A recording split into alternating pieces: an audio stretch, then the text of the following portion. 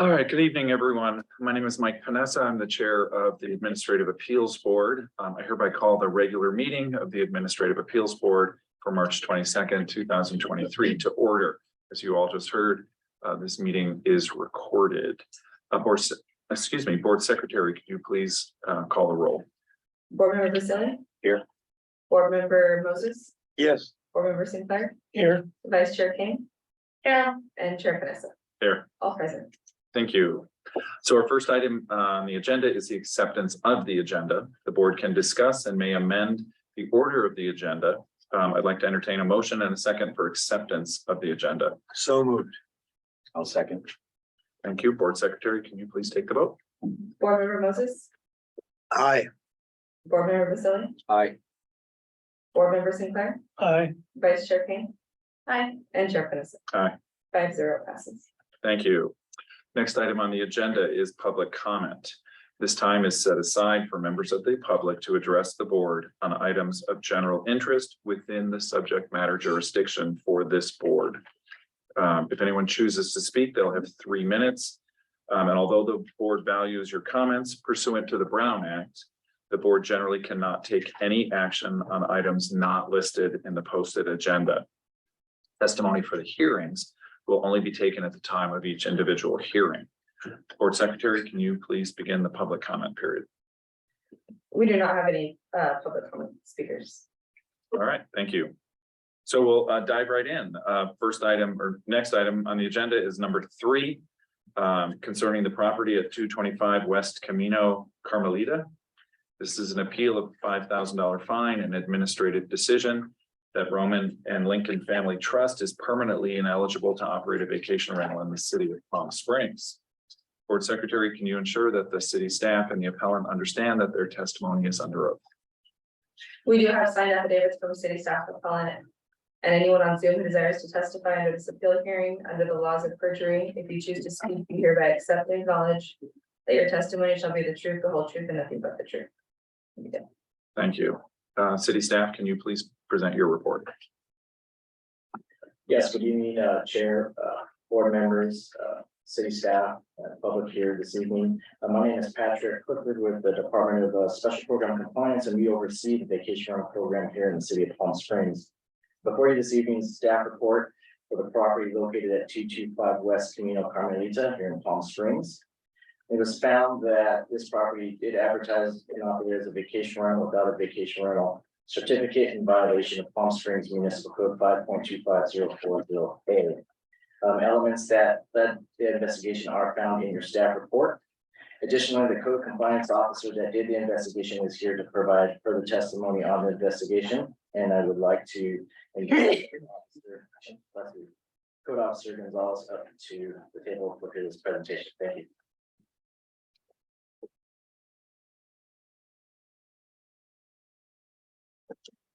Could you turn it? Thank you. And then state your name, please. Good evening, members of the board, my fellow city staff, and members of the public with us for tonight's hearing. My name is Jacob Gonzalez, and the code compliance with the city of Palm Springs. On Saturday, December 3rd, 2022, we're conducting a review of available rental listings on the web-based booking platform Airbnb.com. I came across an advertisement in the Mason neighborhood entitled Hacienda Highway, which can be found in attachment number 5 from the staff report. While reviewing the advertisement, it stated the entire 3-bedroom home was being offered for up to 6 guests with a minimum stay of 3 nights.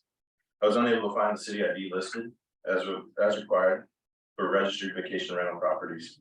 So I reviewed the photos contained in the ad and was able to positively identify the property as 225 West Camino Carmelita. Upon review of the city's vacation rental registration and records, I confirmed the property identified did not have a vacation rental registration certificate. I then sent a message via Airbnb contact post feature inquiring about a 7-night stay, arriving Monday, January 16th, and departing Monday, January 23rd. The message was, hey, I was looking to book sometime mid-January. I was wondering if your pool's heated, not a deal breaker if not.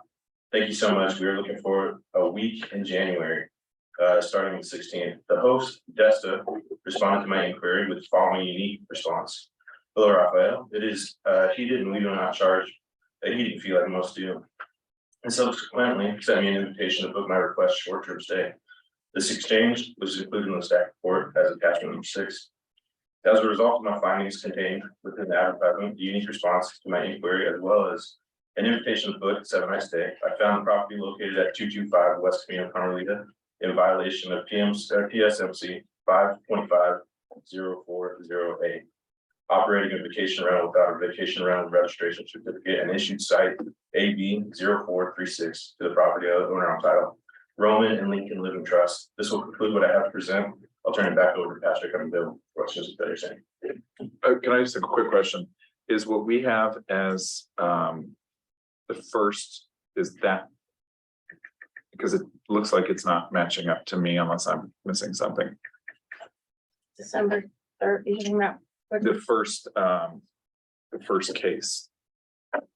Is that the correct case? The one right after the agenda on the iPads? Yeah, the Roman and Lincoln Family Trust. Okay. Yeah, Thank you, and sorry. then if you look at the resolution, it says Joshua Silva. Okay, that's what I was getting confused at. All right, thank you.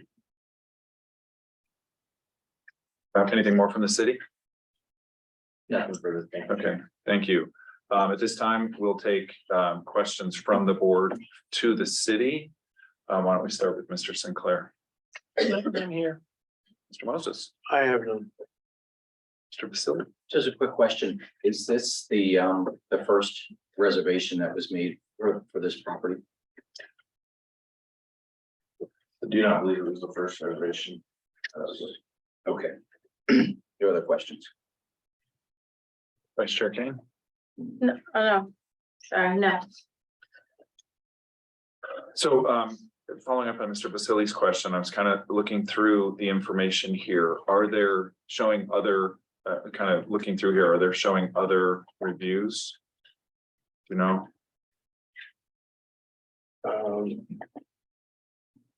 Chair, I'm pulling up the advertisements. See, I don't see any reviews. Usually we'll put that in the elements that have lead to the investigation. Mhm. But and you could see that here on the attachment. If we just show one review from a November 2022. okay, so there was, But we don't We know don't- if it was long or short.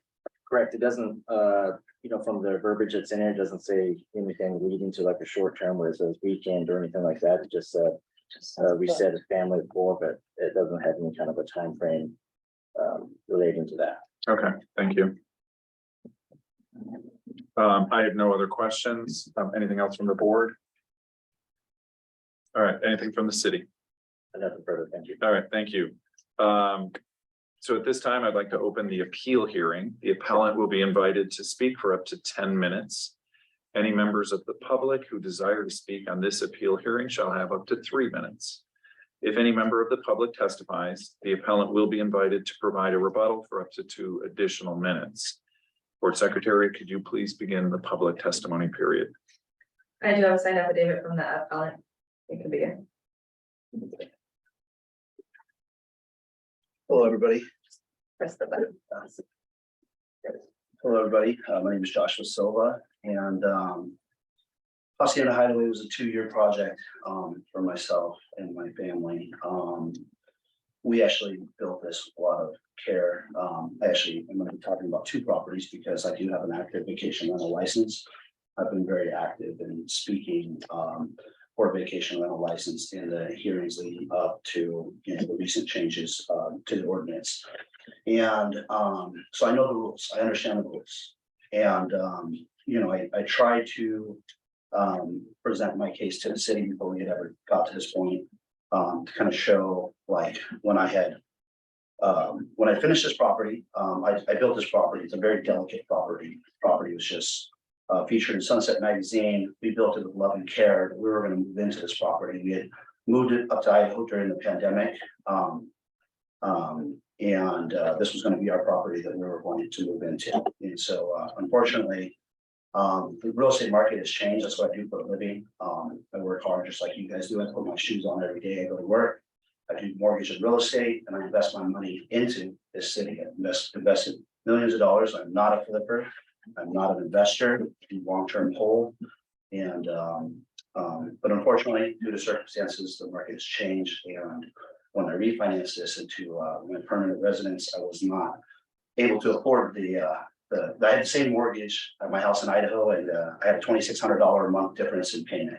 Still, I'm not trying to paint a picture for you that say that I was desperate by any means. I'm not. But what I promptly did was I put this home on the market. I presented that. It's in your package for long-term rental on the MLS and also on Zillow. You have to do them separately now. And so once I had completed that, I went through an onboarding process. You guys don't have this, but it's not really a relevance. But I mean, I went through a long process of getting this house so that it could be hosted by Luxury Retreats, which is also bought out by Airbnb. So there's actually 2 listings for Airbnb. There's an Airbnb Lux since they had bought it out, and there is an Airbnb as well. When I got around to the Airbnb listing it on like Vrbo and the short term, or not short term, but you know, those other those platforms, my wife had decided to try to manage this, and we have other rentals as well. And so what we had done was I had mentioned that we should put this on some type of particular platform, which I've also provided to you guys in your package as well. That kind of, you can see emails going back and forth with them, because when we had listed the property, we had listed the home, and you know, I'd say probably about a month later after we had it on the up for long-term rental. And once we linked everything into like all the different platforms, and we were managing from this central platform called Uplisting, we had just tons and tons of problems. And so I presented the emails going back and forth to them saying that it was putting 28-day holds on properties that do not require a 28-day holds. And I've also presented dialogue that's in your package as well, showing that I had see Airbnb they have a, I guess, new matrix now that, like, if I were to go to cancel somebody, if you were to do that, like say more than a couple times, it could really like they could delist you from the platform. So what I had to do was, when we had put this on there, we had got 2 bookings, like almost like back to back. And we had reached out to those bookings and asked, could you please cancel? Like, we have a 28-day minimum, and that's in your package. They agreed to cancel. And there was I'm sorry, when I say 2, the second person, when they went to book, and this is where I'd like to totally like say that he could not have booked.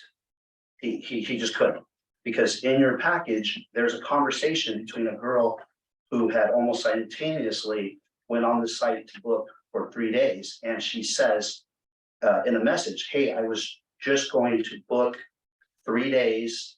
And all of a sudden, when you go to the next page, it said it would not allow her. There was a 28-day minimum. And so I tried to present that, you know, to staff before this meeting. Unfortunately, you know, I've had to now go through this 3 months of waiting for this hearing. And, you know, it's been a lot of stress on myself and my family, because, you know, my income has been cut by like 80% in mortgage and real estate. I have 6 projects going on, and I live off my rentals. So I've had to, I believe every, you know, let's just say if I was guilty of this, to say that I can't have a vacation rental license in the city, when I can clearly show that I've done everything. I had a 15-day booking. I took that person, I extended them out 28 days, you know, and pretty much just cleared anybody who had come in like off the books and said, you know, this is a long-term rental. There's lease agreements that I have showing that it is booked for, you know, monthly rentals currently. And then unfortunately, due to all the stress of this, I've had to, I have another property. It's 123 West Camino Carmelita, which is right next door, which is a very successful vacation rental. I just closed on that home today. I put that home on the market at 2.5 million, and I made drastic price cuts, just in case you good folks say I can't have a vacation rental license. Like, this has already impacted my family far more than $5,000. Like, I have had to, and I'm currently in escrow on 225 on a house that I love and I don't want to sell anything. So I think that, you know, like. The repercussions of, you know, what, you know, the investigator, good job, you know what I mean? Like you busted somebody. I tried to present that something that, hey, we should never even have got to this point, and here we are.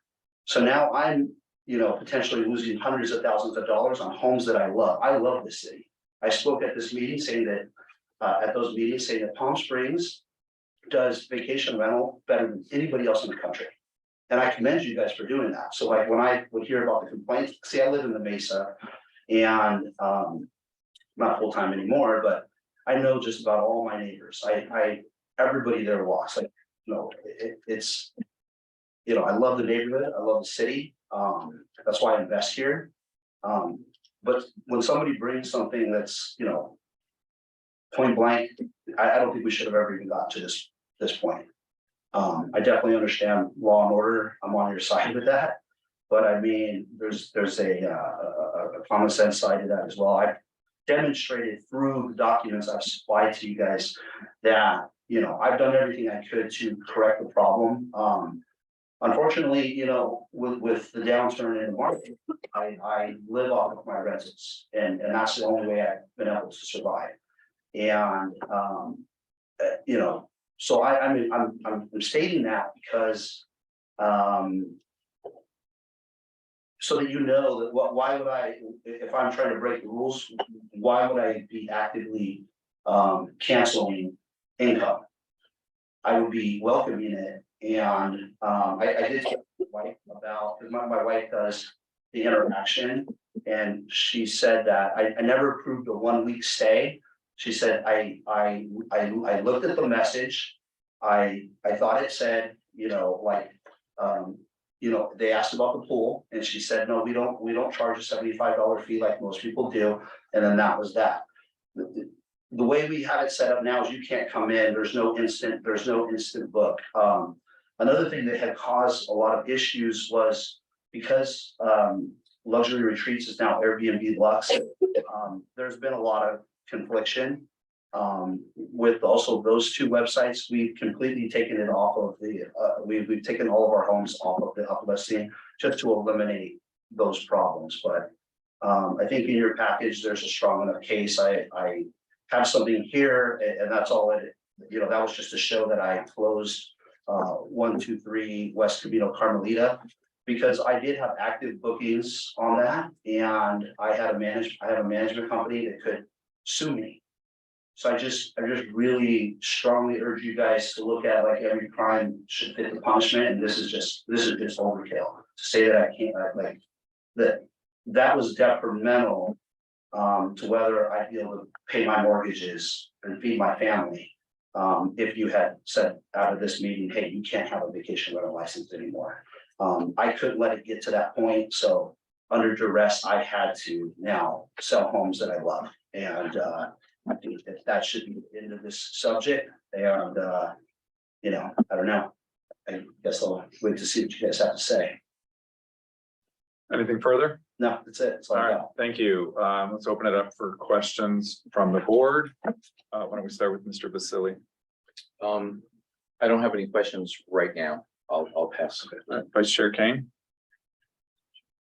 I'm mildly confused. Maybe I'll just listen first, Okay, see if I can unravel this. a little. okay. Mr. Sinclair? Yeah, a couple. First of all, I didn't hear you address the attempted booking by the compliance officer. There was no attempted booking. I think he testified that there was, so you say there was. No, Let me finish if I may. Sure. So you're saying that he did not attempt, No.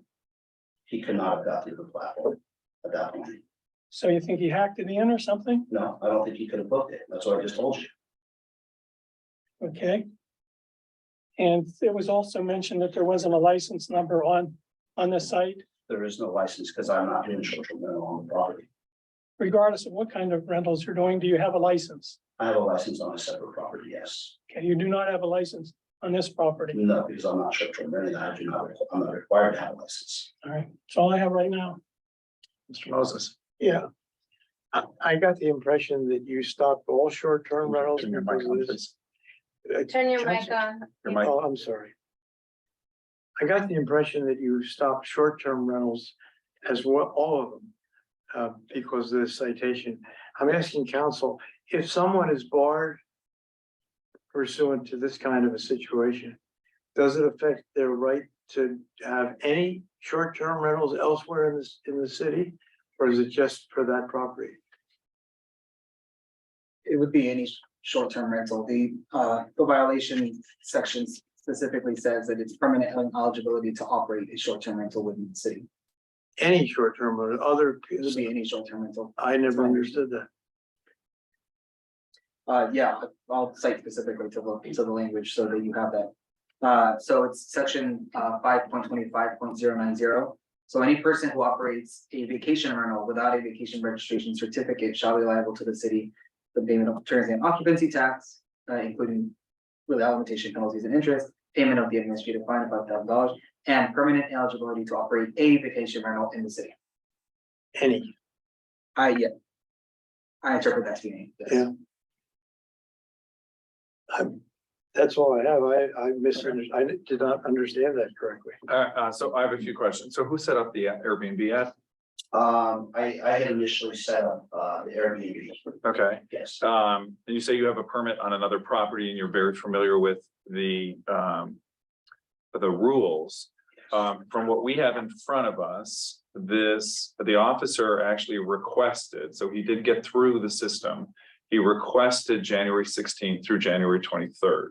Yeah. So, I'm also familiar with Airbnb. If you had a 28-day minimum on Airbnb, it would not have allowed that. So you didn't have a 28-day minimum. I did, But you what did, had happened, if you had looked at I had sent in a document that showed that somebody was able to actually put in those dates less than 28 days. But when they went to a paid screen, it would not allow them to book. And that's in your documents. Okay, but what we Because there was see There is was rules here, that were overriding it. There's a website that controls everything. And so that one was overriding that 3-day minimum that was on the Airbnb site. And so that's where we were having a lot of conflicts. There's also another document where I sent an email to Uplisting stating that it was also now it was putting also 28-day minimums on our houses, on our homes in Idaho. And there's no requirement for that. And so we were trying to figure out how can we just get that house to have a 28-day minimum, because that's the only one that we own that requires that. so I guess what I'm having a hard time with is the screenshot we have in front of us from Airbnb. Mhm. Desta, is that your wife? That's my wife. Okay. She responded, hello, Raphael. Yes, it is heated and we do not charge. And then Airbnb says, Desta invited you to book the home. Okay, I didn't. So that's what is in black and white in front of us. Okay. So somehow this, if you set up the ad, it was set up without a 28-day minimum. No, we were, because the other platform ultimately controls everything. So you do is you link everything to Uplisting, and then you set all your rules in there. And that's why I supplied the conversations we were having back and forth with Uplisting as well. And then there is a woman that also says, I tried to book it, but it won't allow me to book it because it says that there's a 28-day minimum. And then you see our response back to her, yes, that is correct. There is a 28-day minimum. So I'm curious then as why with this request, there wasn't somebody, either you or she didn't respond and say, Sure. we can't do a reservation for less than 28 I days. asked her about that. She said she never saw the week part. She said she only saw the question and answered the question about the heating of the pool. Okay. Vice Chair Kane, did you want to have any questions? Is that everybody? Well, if I'm understanding this right, you're sort of telling me it's technology that wasn't working correctly, and I don't know how we can establish that that's the case or not. It says some uplisting is like overlaid on top of what Airbnb normally does. Is that what I understand you saying? Yeah, it's something so that like, you know, a lot of time people have, and, management companies also have problems with like double bookings, because they might have it on like hotels.com, they might have it on Vrbo, they might have it on So Airbnb. uplisting is supposed to Yes, it's supposed to manage the manage, whole thing, yes. but it's not necessarily working? Is that what you're telling Yeah, us? we were having a problem with the uplisting, because as soon as we were able to pull everything out of there, and it just put like hard stops on there, so that people couldn't go in there and continue to, like book it or whatnot. Okay, that's all I got. Mr. Becerra? So, when this problem started, did you reach out to the company and ask them? Yes, And did they give you a response? yes. Yeah, they did. It's in Did your, we get it? it's in your package. Yeah, Okay. there's this sort of techno responses that I'm having, that's what I was having trouble reading. It's talking about an API and Right. it's talking about It's very confusing. It's, thinking, and so like, that's I not think English. the nuts and bolts of this is, in your package, you guys also have, cancellations of, you have 2 cancellations in there as well. With us asking the potential bookings to, if they can cancel their reservation. Again, which I further, if someone's trying to actively run a illegal Airbnb, they're not doing that.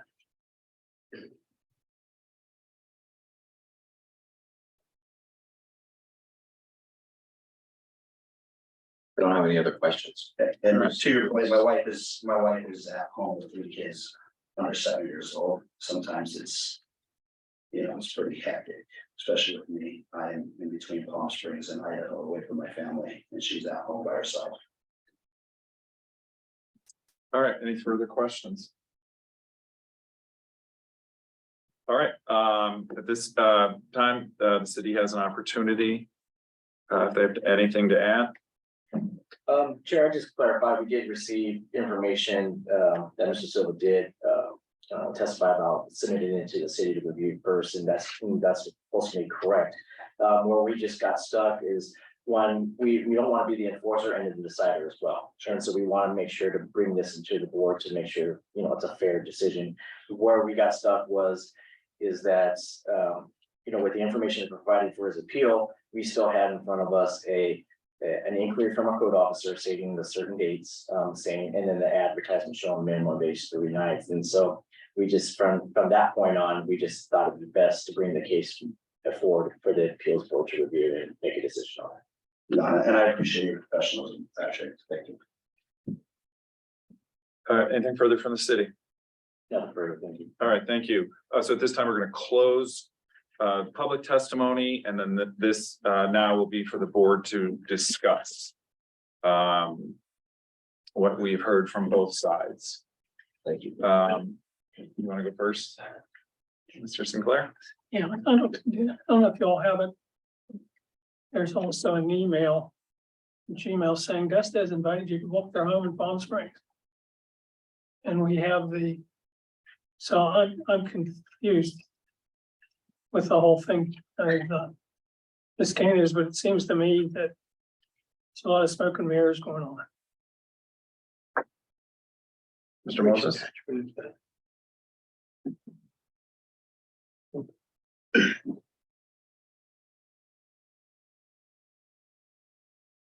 When we go, Yeah. Mr. Vasily, any comments or discussion? This is kind of confusing because I've never had the experience with Airbnb having this type of problem.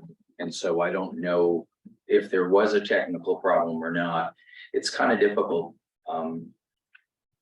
I mean, I'm looking at the actual MLS listing, which clearly states month to month minimum. And so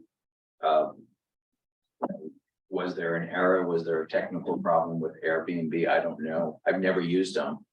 So I don't know this platform. And so it's really hard for me to say, looking at an MLS listing, seeing that it clearly states month to month, and then an issue with, did the person receiving the request actually see the dates that the, code enforcement officer was requesting? So that's the question, is that if I went in there and did that and then sent it to someone, do they actually see the dates that I want to reserve? Or are they just looking at the correspondence? So that's where I'm kind of confused, is who saw the correspondence regarding the dates? So I'm kind of stuck on this one right now, because I see one thing on MLS and then I just see an email with a response. And then I hear that, you know, the person didn't see the dates, but responded to the request. So I'm stuck right now. You know, I just don't see that there's enough information to say this was a violation. Mr. Moses? No, I'm still confused and I don't have a thought process as mature as that. I'm still perplexed. I have a question for Patrick, since you punted to us, which I understand, and I'm curious on the, as an aside, because you don't always. So sometimes you feel like it's fun to be the enforcer and the person making the decision, and sometimes you don't. But that aside, have you heard of this kind of issue that he's describing, where there's this like weird attempt to, you know, it's like those platforms that say, we're gonna manage all your socials for you, right? So it's easy, and then, you know, it doesn't always work the right way, and the technical sort of, you know. I'm wondering, have you heard this before? So I definitely have heard of like a website that would manage all the profiles. Sure, haven't heard of this one specifically, no. But yes, there are, you know, for example, if you go to, you know, Booking might be pulling from different websites too. I don't know the actual terms of the names of it, but there are websites that will pull ads from different sources. That way it's just a one location or help manage them all, that's for sure. And so knowing that, that's why our code officers, when they do and make an inquiry, they like to at least request a date, and so it can maybe, you know, clarify that there's specific date being asked for short-term rental. You know, prior, we would just find advertisements and that was a violation. And then, you know, concerned about technological advancements or different softwares and stuff, we wanted to start making inquiries and start going into making sure that specific dates requested to help try to make sure that, you know, it was a violation on the property owner. Okay, if that's where I'm a little stuck. I do know, because I have an Airbnb as well, right, that you do see even on the phone, you do see the dates if you pay attention.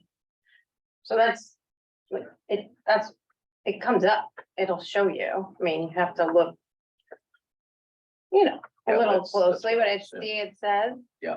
So I know that happens, but again, if this overlay was not functioning, whatever bulk MLOS update panel means, I still don't know. I don't understand. So It's my, not there now. my, so I, like Vice Chair Kane, have experience with Airbnb. Where I know that the dates show up in every inquiry when you're corresponding back and forth to an inquiry. You know, from my perspective, if you're gonna have a vacation rental, and if you already have one in the city, you know how tough the regulations are. You know, you gotta pay attention to the dates. And to see a reservation or inquiry for a week that then says, oh yeah, that's fine, when you know it's not. You know, the appellant has told us that, you know, they set it up. I know from my experience, even if it's something uploaded to Airbnb, you still have control. You know, Airbnb asks you if you want, your minimum number of days and you have to click save. It doesn't default to anything. It defaults to 0 if it does. So had they responded and said, no, we don't charge to heat the pool. However, we cannot rent for just 1 week. Then I would say, you know what, then I would be more sympathetic to it being a technological issue. But the fact of the matter is, what we see in front of us is they were going to accept that 1 week. Yeah, that's what, I don't understand the dates not been here. What's in front of me, it said inquiry sent 3 guests, January 16th to 23rd. Raphael said we're looking for a week in January, and then reply was, as you said, yes, is it heated, and then it should have said, but we can't rent to you. And it should have been the end of it right there. So the question is, why wasn't that done? Right. And therefore, Vesta invited you to book their home. Can I speak again? No, Sorry, this is our time to discuss. Anything further? Anything further? All right. Well, I kind of feel this is about as far to the left as you can go. And it's borderline. I'm not sure what you mean by that. Well. We've been invited to. Used to try to split the baby, we can't do that. But somehow, this is such an apparent mistake. That I hesitate to say it's illegal activity. When it's this much of a mistake. And so I'm still wavering. And I hear what you're saying. I guess, my perspective is, especially when somebody has a permit, they know what the rules are. And, there have been hundreds, but many, many people in front of us that have said the same thing. Yeah, I don't manage that property. They had, whether they weren't paying attention, didn't read the question, whatever it is. And we have held them accountable to the city's rules. So it's not always easy. It's not always, but the bottom line is the city has those rules for a reason. And it's not our role to say, good, bad, or indifferent. It's our role to say, was there a violation? Yes or no? All right, unless anybody has anything else, if there is a motion. And if not, I will make the motion then. I would move that we uphold the fine. And the ban.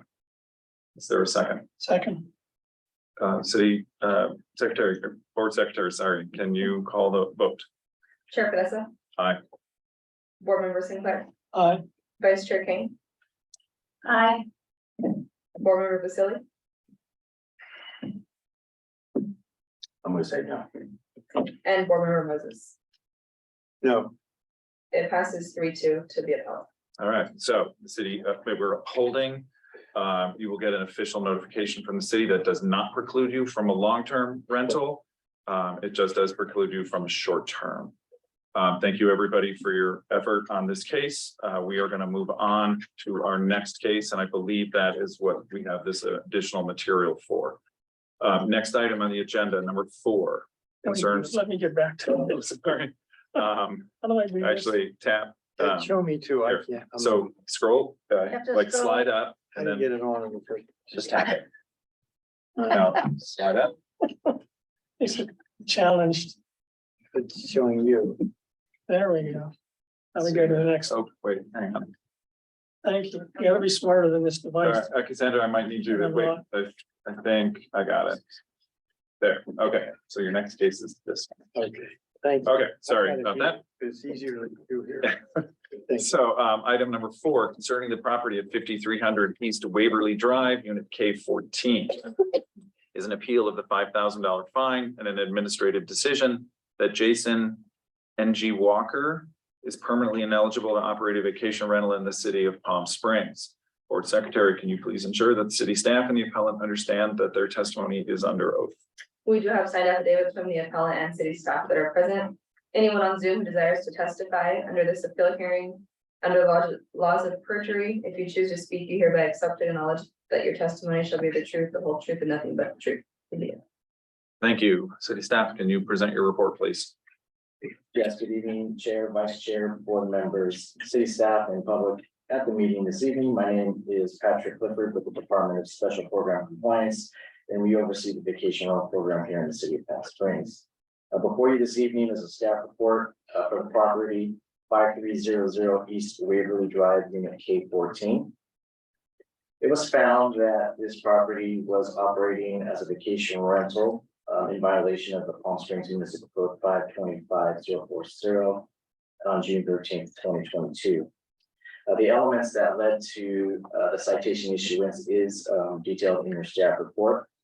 And additionally, the advertisement uniquely in this this advertisement listed a city ID and a transient occupancy tax number on that. After further investigation in our office, it is found that this property owner does currently own another vacation rental located at 5175 East Waverly Drive, Unit F52. That property is currently registered with the city of Palm Springs. Additionally, the code officer that did the investigation is here with us to give further testimony, and I'd like to invite code supervisor Nahan to the table for his presentation. Thank you. Supervisor. Ooh. Before you start, can I ask you a question? Sure. Sorry, I'm usually better at technology than this. How do I get it back so I can get to this case? So I mean, you have to be at the beginning of, Oh, all right. you have to be at, that's the problem. That's like, Just it's annoying, but you can't. No, you can't. Oh, all right. How? Ah, thank You you. I was just tap tapping. there in the Middle of the middle. screen. I was tapping in the wrong spot. Yeah, All right. use it by now. Thank you. Hell. All right, I apologize. Please continue. So good evening, members of the board, members of the public here on the call, my fellow city staff joining us. My name is Mitch Nahan. I'm a code compliance supervisor for the city of Palm Springs. Was also the issuing officer for this citation. On Monday, June 13th, 2022, at approximately 1 p.m. I received a community lead via the city of Palm Springs vacation rental inquiry request form, reporting possible unregistered vacation rental activity and requesting that we confirm the registration status for unit K14 within the Palm Springs Golf and Tennis Club condo complex located at 5300 East Waverly Drive.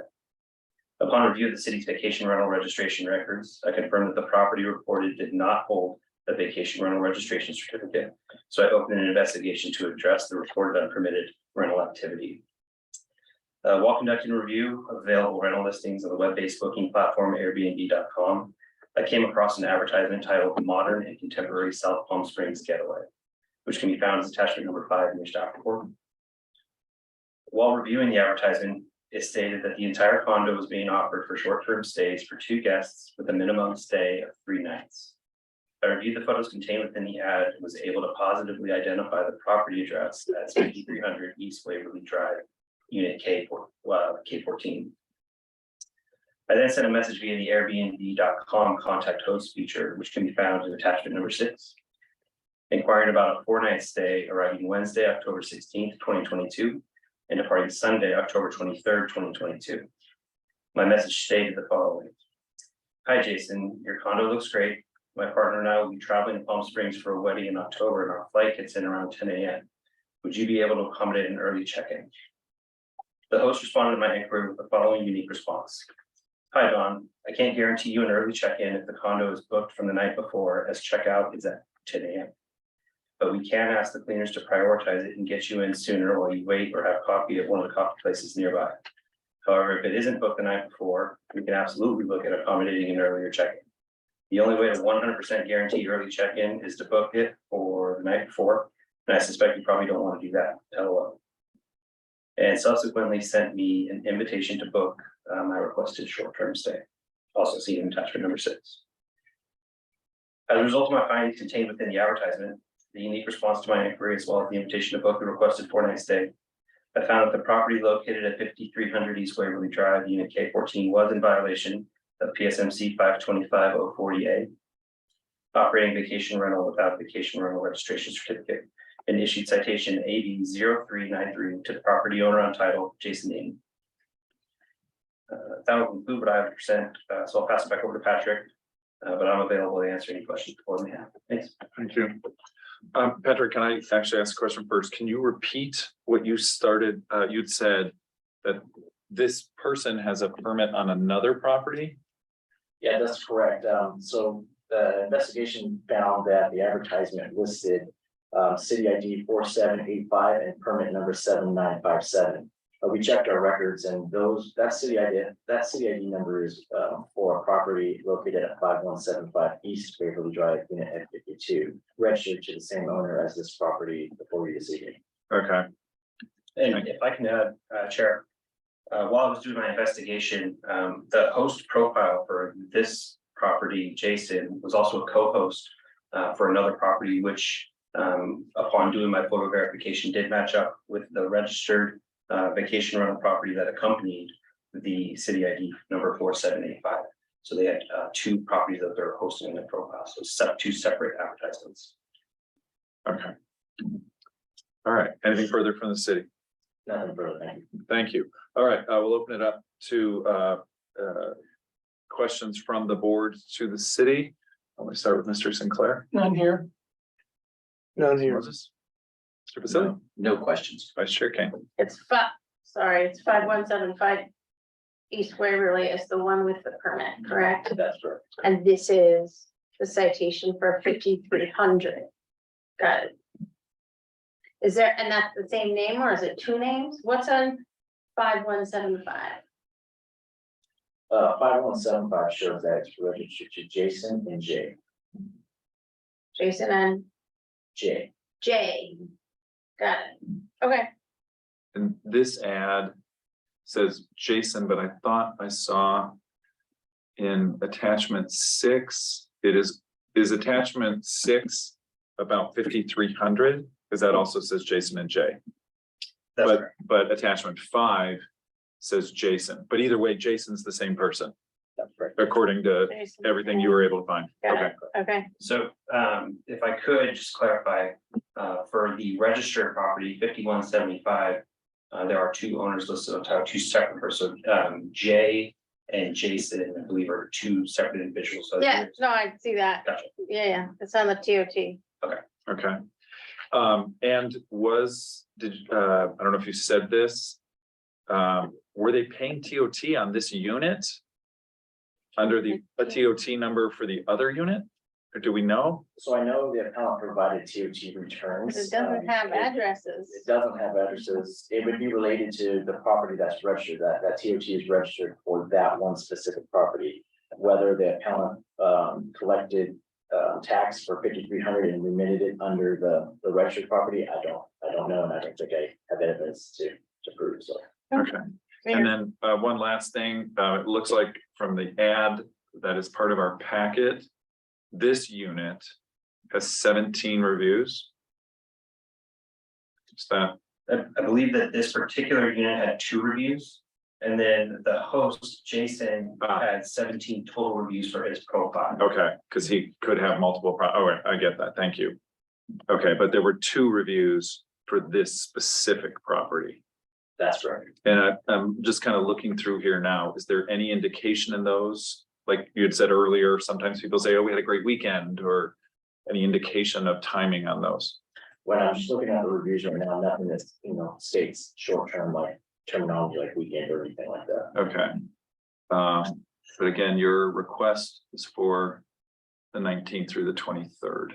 So a week, less than a week, 4 days. Okay, I have no further questions. Anything else from the board? No, All right, thank you. Thank you, Officer Nava. At this time, I'd like to open the appeal hearing. The appellant is invited to speak for up to 10 minutes. Any member of the public who desires to speak on this appeal hearing shall have up to 3 minutes to speak. If any member of the public testifies, the appellant will be invited to provide a rebuttal for up to 2 additional minutes. Board Secretary, could you please begin the public testimony period? We do have a signed affidavit from the appellant that's in person and no public speakers. Thank you. So if you could state your name, and then you'll have 10 minutes. Yeah. Yep, so it's green. Thank you. Hi, Brian, I'm Jason. Jay's not here. I'm gonna restart.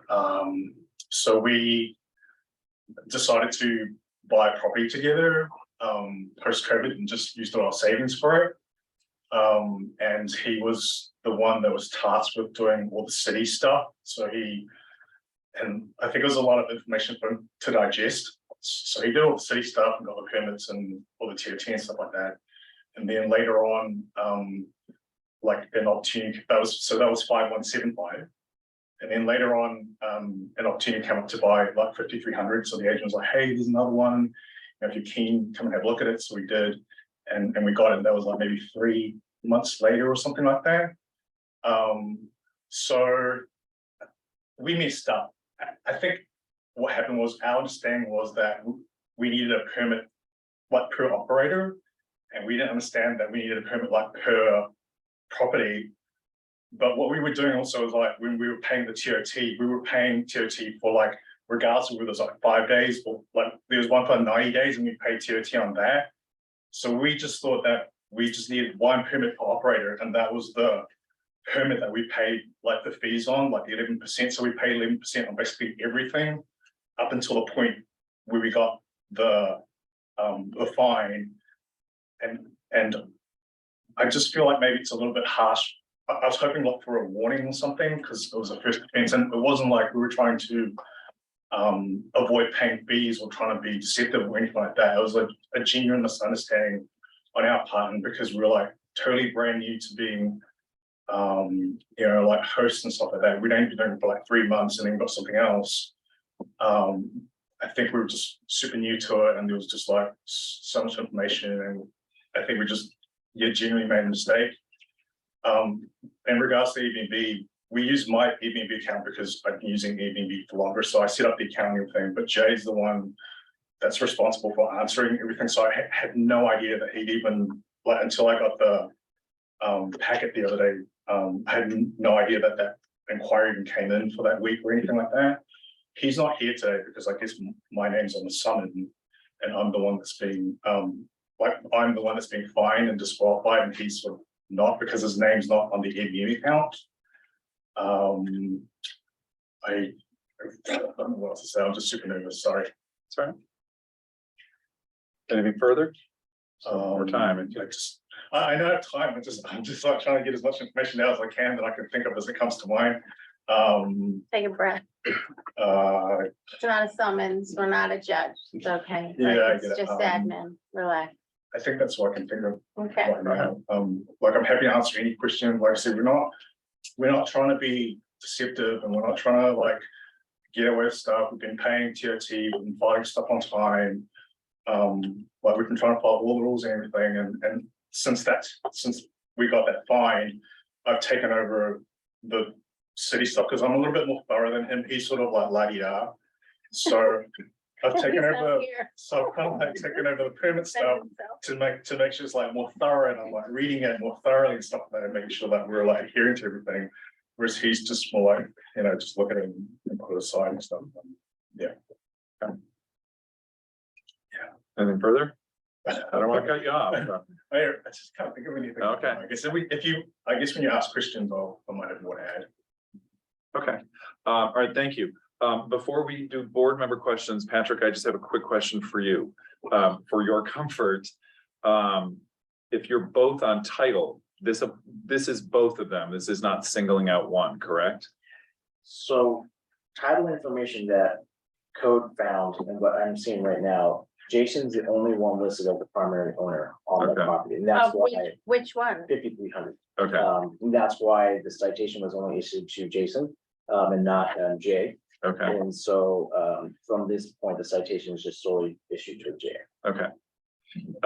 And just again, for background, if Jason and Jay have a permit on another property, does this affect that? So, you know, how the ordinance reads is that if found operating without a registration certificate, you're then permanently ineligible to operate a vacation rental. Him, Jason would be the one permanently ineligible to operate a vacation rental, and the property profile we have that we run for our title shows Jason, and then additionally, We have a deed that was pulled up too. That was just granted from someone to Jason himself, as married man is sole separate property to Jason, no one else listed. That's why no one else was listed on the citation. Okay. All right, thank you. Okay, so at this point, open up to questions of the appellant from the board. Why don't we start with Mr. Basili? No questions. Vice Chair Kane? I don't have any questions. I just hope you were listening to what just went on. Then don't say anything, just listen, okay? Yeah, I'm paying attention. Mr. Sinclair? Nothing. Mr. Moses? None, no questions. So I guess I want to make sure I understand this. So you two own the other property that has the permit, you own that together, or he owns that? No, we both own both properties together as joint tenancy, I think is on the title documents. And I think this is issued to me because I was assuming that they just saw what was on the EBB. And because the EBB is like my account, that's why it was issued to me. And he's the administrator of the account. Not on- But my name shows up. Not on this, what we've got. Can I I advise you to speak no more? Yeah, shut up, Uh, Yeah. so- put your shovel down.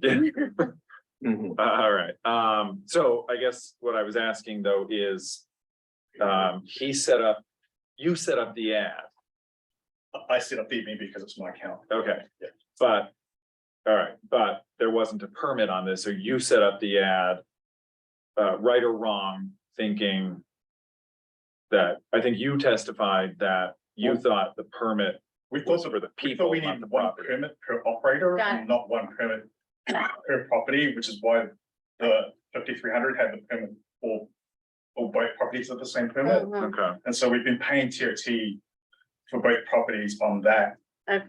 permit number. And the two reviews that were on 5300, we had a lady stay there for like 90 to 120 days. We basically paid TOT on that too, because we didn't realize that it was only like less than 28 days. So we've been paying up until that, like later, we've been paying TOT for like everything we have been You receiving. can sort that out later. all right, I have no further questions. Any more questions for the appellant? No. All right, thank you. City, any additional information? No, just to help clarify the conversations, copy of the title report is attachment 7, which is provided a property profile, which we run through. I believe that's Orange Coast title, I think it is. And then the copy of it's an interspousal grant deed that's obtained from the county of Riverside specifically, so which just names Just names, Jason. Jason. Okay, Now, the other property, I don't have property information. okay. Thank you. All right, thank you. All right, so we'll close the public testimony period. The next block will be for the board to discuss. Why don't we start with you, Mr. Sinclair? I'm as confused as Jocelyn was last, No, you're not. No, you're not. this. is- Well, it happened. I don't think there's a lot we can do, but I think they got some leeway. In terms of who owns what and who does what. Mr. Moses? Well, can we say that out loud? I don't think you should. I would advise the board Yeah. I would not Yeah. do that. Yeah. to remember that your role is not Right. to advise the appellant on Yes. what they might do, after this. It's you to consider the facts before you with respect to this case. As long as they get good advice, right? And that's on them to get the advice, not from us. Mr. Basili, any comments for discussion? No, we've seen this before. Yeah, unfortunately. Vice Chair Kane? Same. So I think I'm in agreement with what I'm hearing up here. My one comment for us is that, when you have a permit, I have been through this, you probably have been through this. I mean, it's a lot of paperwork and it makes you initial next to, there's a page and we've seen it in these hearings where people initial next to the 10 or 20 points and it's very explicit. So it's unfortunate, but you know, it's. You know, as they're telling us, they made a mistake and they made a serious mistake. So that's all I have to say. With this time, if somebody wants to make a motion and a second, I move we uphold the fine and the denial. I'll second it. thank you. Board Secretary, will you please call the vote? Board Member Moses, Me, yeah, I'm sorry. Board Member. Yeah, aye. I'm sorry, Board Member Vasily, Aye. Board Member Sinclair, Aye. Vice Chair Kane, Aye. Chair Vanessa. Aye. 5-0 passes. All right, thank you. We have upheld. You will get an official notice from the city. Does not preclude you from doing long-term by the city's definition, but they will reach out to you. Or your partner. All right, thank you. We are not giving advice. All right, we are gonna move on to the next item. When do we get our 5 minutes? Would you like it now? Yes, I will. All right, why don't we take a quick 5 start? All right, next item on the agenda, item number 5, concerning the property at 2786 North Jurasol Avenue, if I'm saying that correctly. It's an the appeal of the $5,000 administrative decision, and that EMCO, sorry if I'm not saying that correctly, LLC is permanently ineligible to operate a vacation rental in the city of Palm Springs. Board Secretary, could you please ensure that the city staff and the appellant understand their testimony is under oath? We do have signed affidavits from the appellant and city staff in person.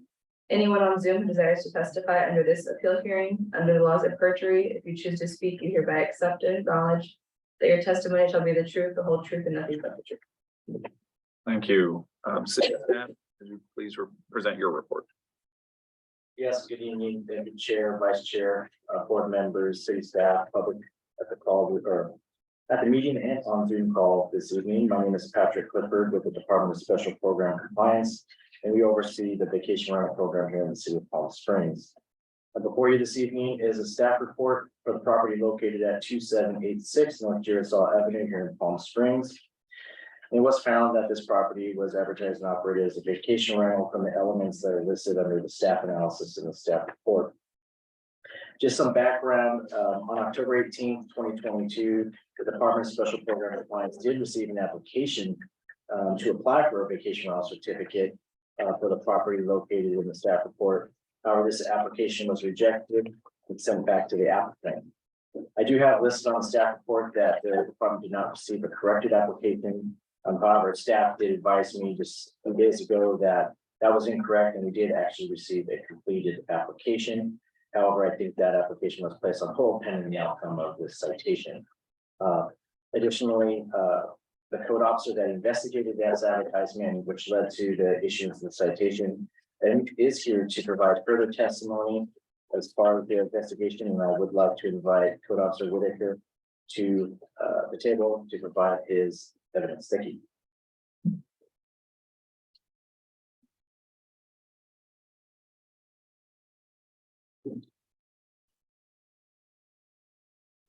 Hi, Hello.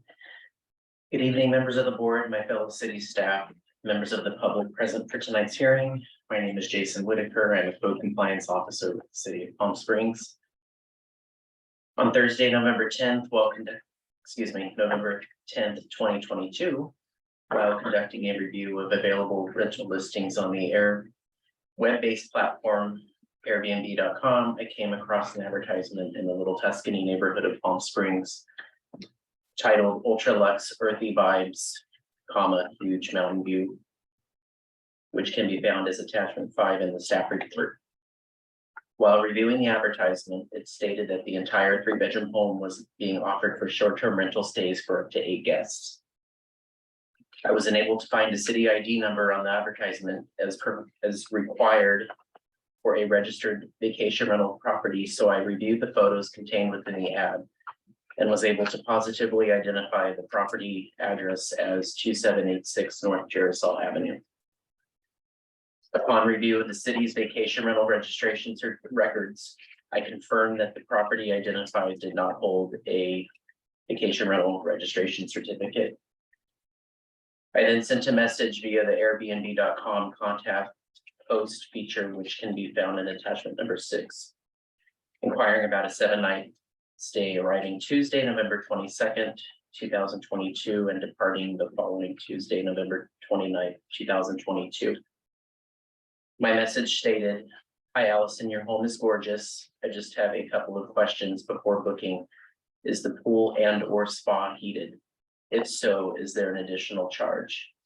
Also looking to cook Thanksgiving dinner and just wanted to see if the kitchen is equipped with casserole dishes or something similar. If not, I can bring my own, thank you." The host, Allison, responded to my inquiry with the following unique response. "Oh, thank you so much. The spa heats up on demand and gets to around 101 degrees in 20 to 30 minutes after being turned on with the remote control. The pool can be heated for an additional charge of $70 per day if you'd like. The kitchen is fully equipped with everything you might need, including casserole dishes and roasting pan, but let me know if there's any specific equipment you need, and I can make sure we have it there for you. Hopefully that helped. Hope that helps, excuse me. And please let me know if you have any other questions on the house. All the best, Allison." Subsequently, I received a follow-up message that I believe was distributed to you all this evening as an additional attachment. So subsequently, I received a follow-up message from Allison 2 days later on Monday, November 13th, 2022, which stated, "Hi Joey, I just wanted to check back in to see if you're still interested in renting the house over Thanksgiving week. If not, no worries, just wanted to check since I've had some other interested parties. Thank you, thanks, Allison." As a result of my findings contained with the advertisement, the unique response to my inquiry, as well as the follow-up message from the host to verify if I was still interested in renting the property for Thanksgiving week, I found the property located at 2786 North Jarosol Avenue was in violation of PSMC 5.25.040A, operating a vacation rental without a vacation rental registration certificate, and issued administrative citation number AB 0420 to the property owner on title Hanco LLC. This will include all what I have to present. I'll hand it back over to Patrick, and I'm available to answer any questions with me. Is there anything further from the city? Nothing further, sure, thank you. All right, thank you. At this point, we'll open it to questions from the board to the city. Why don't we start with Mr. Vasili? What was the original application filed? Do you remember? Yes, I believe it was October 18th. Okay. February 18th, okay. Thank you. Vice Chair Kane? Was there a permanent address previously? That I don't have knowledge of. I can check to see if there was one in the past, but as far as my understanding, I don't believe there was one. I've heard that, is that correct? There. Yeah, that's what I was asking. Okay. Mr. Sinclair? Nothing. Mr. Moses? Nothing.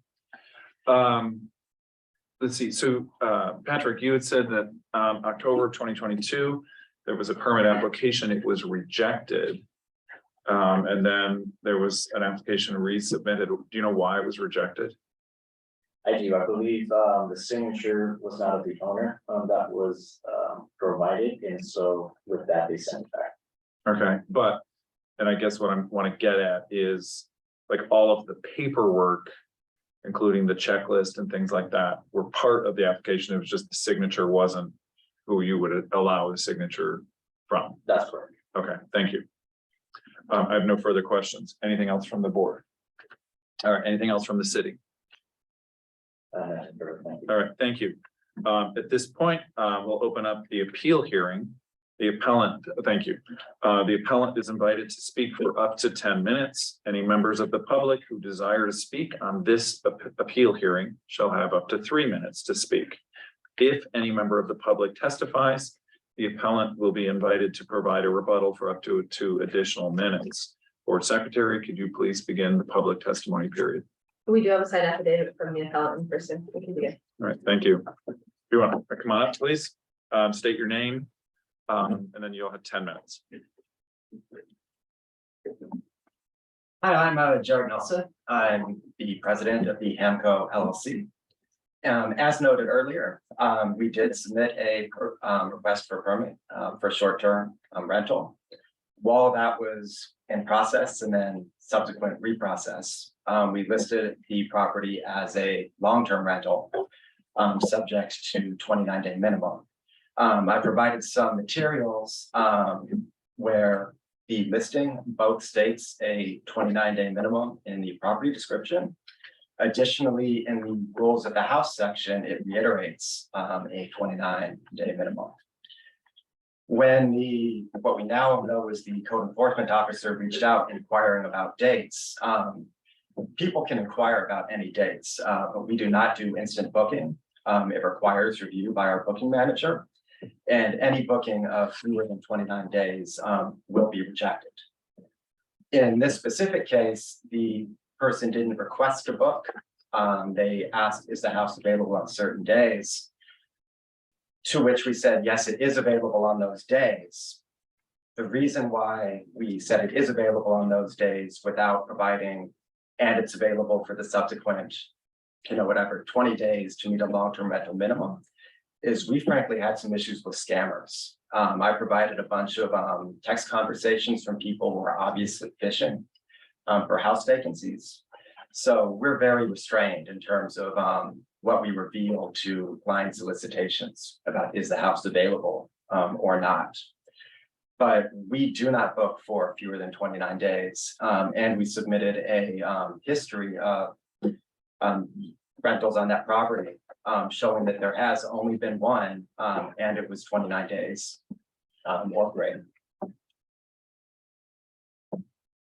With that, I don't know that I really have anything to add. I'd be happy to take questions from anyone or clarify or point you to anything in that stack of materials. Why don't you kind of walk us through what you have Absolutely. distributed to us, as you do and still have a few Yes. minutes.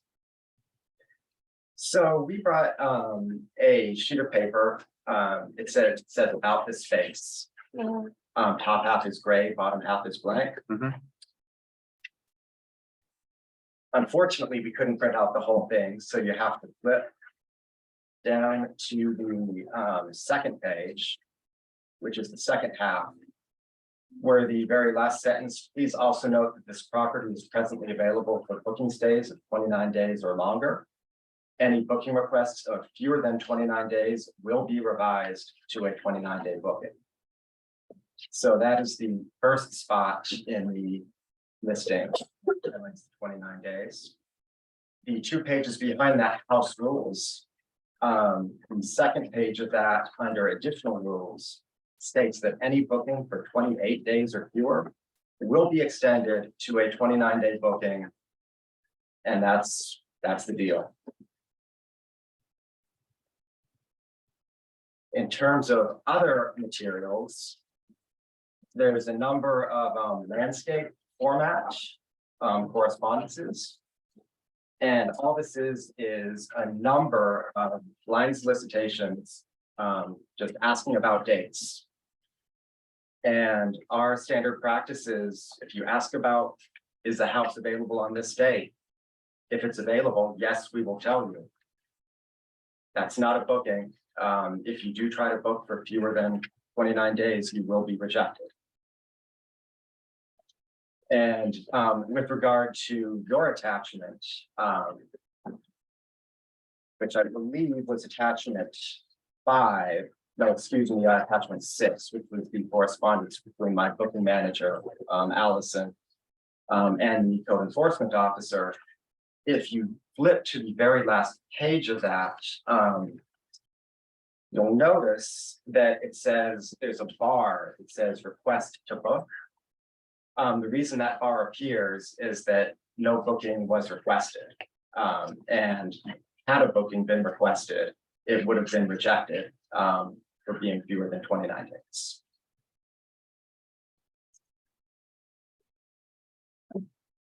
And further, I do not have anything further. okay. At this point, we will open it up to members of the board to ask questions of the appellant. Why don't we start with Mr. Sinclair? Has this property been rented at all? It has had one rental on it. If you refer to, I also included a sheet that says completed reservations. The very first one, past guest Tomas Wagner, 2 adults, 1 child, checked in on January 26th, 23, checked out February 24th, 23. How about the one below it where, Different Check in. property, one below, it's a Okay. different property. so you've had one rental, You've had one rental on and it. did you have a permit for that rental? It was a long-term rental, no permit was required. Okay, Oh, Boho House. My property manager manages multiple properties and it's sort of Airbnb login. so there's no way to tell from your completed reservations list which ones may have been from that property, we just have to, It actually That's does cool. list, in the listing, it has the Yeah. name, oh, okay. I and you'll missed see a that. different name on the others. My bifocals weren't turned on. And Boho House isn't yours. It is not mine, no, it's not owned by Hamco LLC. That's all I have. Mr. Moses, I have no question. Mr. Vasily, No questions. Vice Chair Kane. I just would like you to explain more about fishing. Oh, fishing. Like, well, I'm not gonna assume that I understand what it is, so tell me. Yes, so what explain we're it. worried, what we were specifically worried about is say someone comes in and says, is this house available on, say, March 25th? And we say, oh yeah, it's available on March 25th. But there's a 29-day minimum rental. And if you would like to rent for 29 days, go right ahead and book. The issue is now I've told someone who I don't know, hey, the house is vacant for at least the next 29 days. And there are things they could do to figure out the address and potentially rob us. Or worse, if there's a guest there, they show up and surprise one of our guests. So we will, certainly, confirm, yes, it's available on these dates if someone asks. But we don't volunteer more than that. And as mentioned, we don't accept rentals of less than 29 days. Fishing's not uncommon in a lot of areas, Jocelyn. Yeah, no, I just wanted to be clear that I understood what he meant by that. And now I do, so thank you. Any further? Vice Chair Kane? No, Okay, so I have a question. So the compliance officer did a request for 1 week. As we've talked about up here, I have a fair amount of experience with Airbnb. Do you know what the minimum number of days is set at? On the listing. It's set at less than 29 days. You're certainly allowed to search on it. But in the text, we say fewer than 29, not allowed. And we have not and will not accept fewer than 29. Period. Because what I don't see in the conversation between Allison and the compliance officer is anything saying. I understand what I've heard what you said, but what I don't see is anything saying. We will not accept a reservation for only 7 days. What I'm seeing is that person gets a request to book. Well, you're saying you're not on instant book, but then they have a reservation for a week. He inquired about a week, and for the reasons I kind of just went through, we don't. During that initial process, volunteer, hey, it's gonna be a week plus 21 days. And that's available if you would like it, but it needs to be that long. We just don't volunteer that level of vacancy for exactly the reasons I discussed previously. And then the other thing is in the information you provided, you state here that any booking 28 days or fewer will be extended to a 29-day booking at no additional nightly fee based to the renter. I guess I'm just a little confused by that if somebody wanted to rent it for a week, you're gonna block it for, are you saying you're gonna just block it for 29 days? Yes, But we you're would, not charging them No, for yeah, that? we would block it for the 29th, stay in compliance. Okay. Yeah. And I understand the city doesn't the city doesn't care what you charge, so that's not an issue. It just feels like there's a disconnect between. I understand you wanting to protect the privacy of the house. But by allowing people to do inquiries for less than the minimum number of days, it seems like that's what set this in motion. Yeah, that I think, and then plus obviously this, the correspondence with the, code officer, Yeah. which. I admit, I know how it reads, and hopefully some of the explanation I've given here about why we answer the way we do and the why we handle it that way. Provide some context and clarity around that. Can anybody else see that 29, the fact that they wanted for a week? You said you don't want people to fish. Can I go in there and look at that and see that someone requested it a week? I don't follow. Could you repeat the question? You said that you didn't want people to see the this whatever, the booking thing by the agent. Mhm. Can I go in and look to see that somebody had requested that? What you could be able to see is if the dates were not booked. Someone theoretically could check, day by day by day over 30 days and verify that, oh, yes, it is available for 30 days. I'm gonna go ahead and rob it now because I know it's vacant. It would be possible to brute force it that way. But the house rules and the property description we provided, it says 29-day minimum. Anyone can see that once you expand the description or if you click into the house rules. And so they cannot see that possible booking. Until it's been booked. All If it's right, been but booked. they can't see that, because you were worried about somebody seeing that, but they can't see it. No, I'm worried about the specific person who's sending me messages, knowing that, okay, I've got 30 days to rob this place. Mhm. Yeah. I'm not testifying for them. Any conversation between you and another guest is not visible to Right, that any was other my guest. question. Oh, thank you. Yes, That was my that's question. correct. That's a private conversation between the host and the person who acquired. I have no further questions. You didn't ask me. Oh, I'm sorry, Mr. Moses. I don't have any questions. Thank you. Anything further from the board? No. All right, thank you, sir. Okay, thanks so much. Any additional from the city?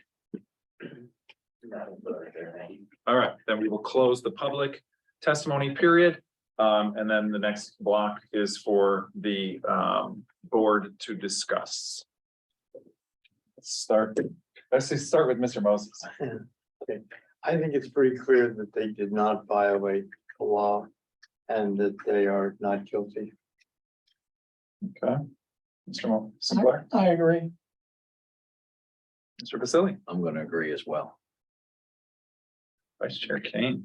I am confused about that analysis, given what we just did. To a previous appellant. So maybe some further explanation on why you feel that way would be helpful for Well, me. in this case, they did not have any rental that was technically for 29 days or less. They, We did not see it in the previous, did we? But we've been down this road. The ordinance, not the city, the ordinance requirement is, or says that advertising is the same as operating. that's right. So they're advertising it with less than a 28 night minimum.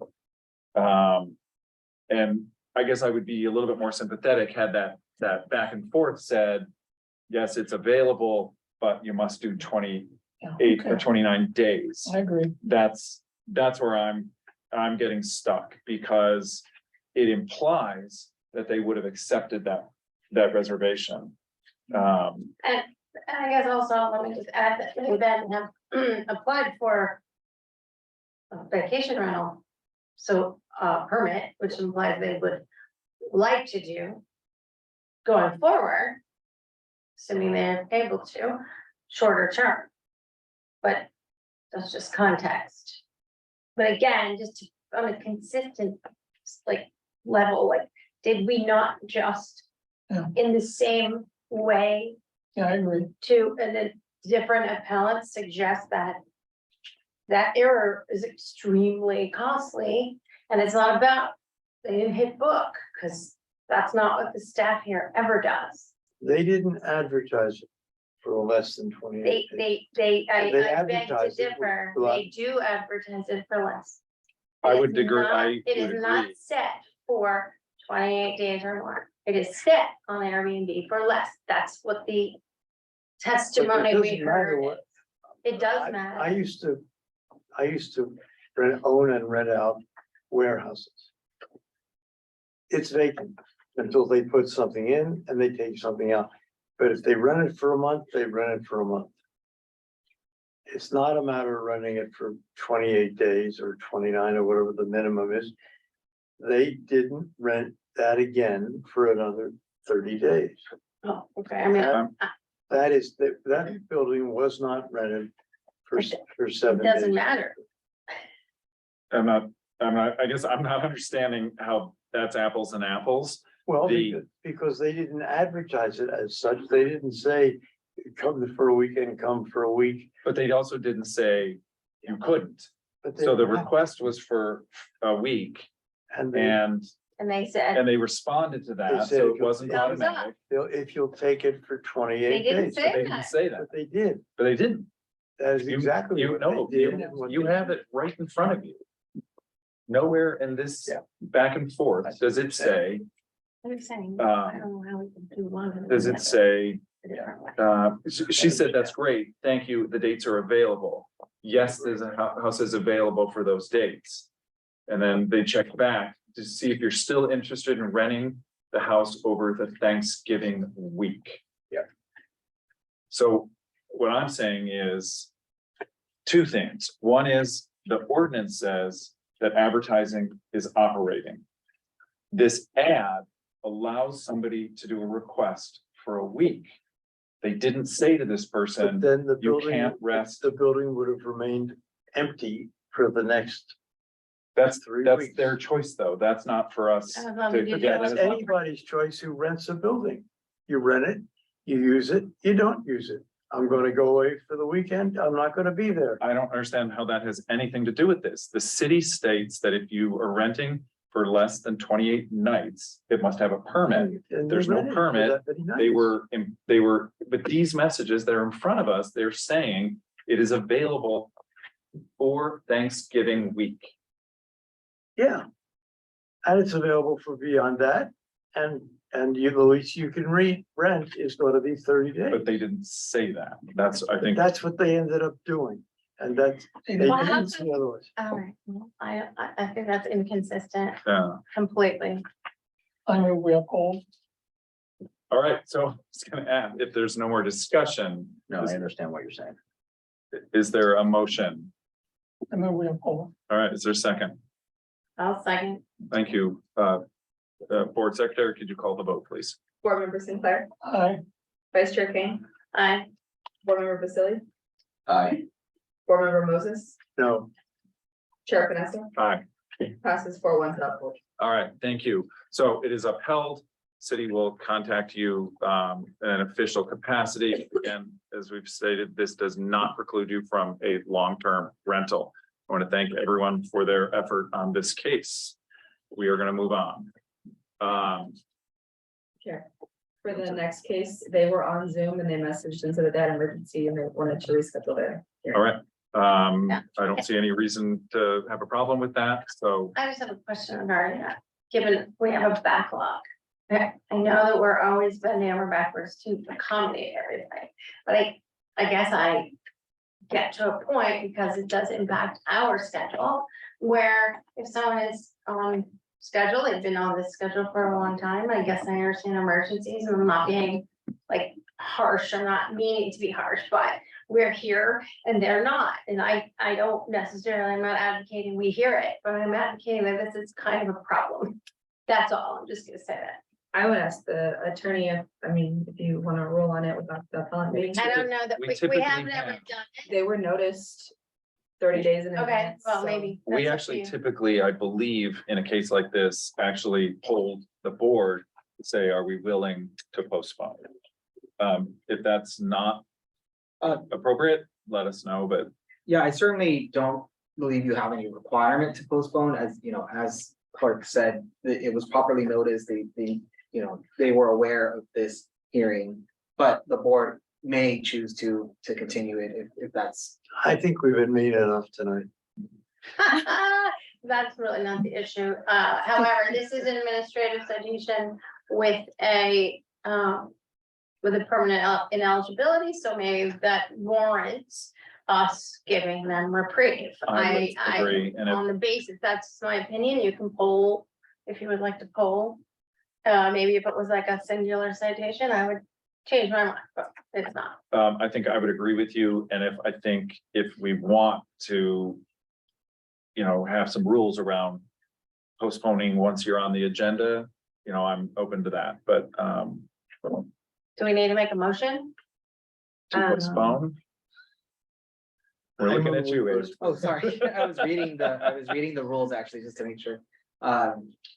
Yes, you can make a motion, somebody would need to make a motion to continue the case. All right, I will move that we continue. Can you ask to, Sure. or can I make a friendly request that you be, I don't know, date specific or length? Or do they go to the end of the line? So typically when I allow somebody to postpone in the past, I always make them postpone to the next meeting. And that's end all be all. If you can't make it, we're gonna hear the case no matter what. Okay, right. So they only get to postpone it once. thank you. Then I would make a motion that we postpone based on that criteria. I will second that. Chair Vanessa. Aye. Vice Chair King, Board Member Vasily, Aye. Board Member Moses, Aye. Board Member St. Clair. Aye. Passes 5-0 to postpone to the next meeting. Fantastic, we all agree. All right, thank you. Next portion of the meeting is set aside for general comments, announcements, requests of the staff and or issues of concern from members of the Administrative Appeal Board. Anybody have? Can I, You're next. sorry, I guess I wanna go back to the thing I sort of pinged Patrick on earlier and then moved on from, which is the sort of place in which you decide to punt, that's the word, to the Board of Appeal or our appeals board as opposed to adjudicate at your level. Like, what is that about? Yeah, so if I mentioned that because that provided, evidence that he talked to the city first, and we don't adjudicate on our level. We review it to make sure there's no staff errors, and if there is, or anything that's clear, obvious, clear evidence that either our investigation was erred or there's just some mistake factually, there's no point going forward with the appeal because then the violation isn't there. However, it is the same conversations I have with every appellant. They ask, what can I do? What do you think? And really, we're just not in a position to make decisions off of our enforcement. So with that, we tell them to review our FAQs on our website to kind of get an understanding, to watch the past hearings to get an understanding of what, they might feel. And we think that it was a better place to have the discussion of the mutual bond between the city and the town and the board to make a review and a determination from there. And then secondarily, what goes to the administrative hearings? Oh, yeah, with our hearing officer. Hearing officer, what Correct. goes to hearing So officers? our hearing officer is from Data Ticket, and Data Ticket's our vendor that processes all of our citations in the city of Foster. They hear cases regarding music violations, or you didn't mow your grass, administrative citations, that's usually the 100 or $500 fines and stuff. When it comes to this board where we're simply denying or revocating someone's certificate, that's what's going to be placed before the board to review and make a determination. And that's like a policy written in your office somewhere? That is correct. So I believe in the ordinance, it states that any revocation or denial will be subject to, I think, chapter 2.5.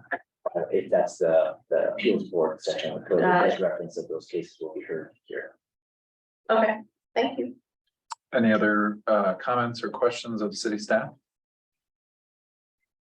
All right, next on the agenda is time set aside for the city attorney to update the board on important matters initiated by the staff or previously requested by the board. Mr. Sanchez, do you have anything to report? I don't have anything to report. All right, thank you. And finally, this time is set aside for the city clerk to update the Administrative Appeals Board on important items initiated by staff or previously requested by the board. I don't have any. All right.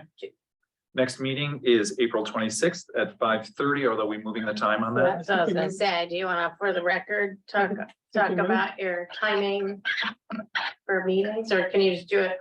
We need to check with One-off. the city attorney, Oh, Mr. Ballinger. Oh, okay, sorry. that guy, The whole city the attorney. big guy, Okay. okay. The big guy. All right, so next month is a little bit up in the air, whether it be 4 or 5:30, but we're meeting on the 26th. Yes, correct. Okay, Okay, as soon as you can let us know. Yes, I send out notices typically the first week of the month when they go out for the meeting, so I will know by then. sure it's on my Can calendar. I add, just that every Wednesday, I'm in a mildly competitive golf thing from 1:30 to 3:30. And 4:30 would suit me a lot better than 4 o'clock. Cause of your golf, okay, Yeah, solely for my golf. got it, I'm being honest. got it. Duly noted. First lawyer I've ever known. Duly noted, duly ignored. All right, thank you, everyone. If we have Can we leave this for you? my dear? Yes. Motion to a adjourn. motion to adjourn, thank you, Mr. Moses. Thank you. I'm saying that, you Second? don't have to do Oh. that. You'll have to second that motion. Word. We're adjourned. All right, thank you, everyone. Here's the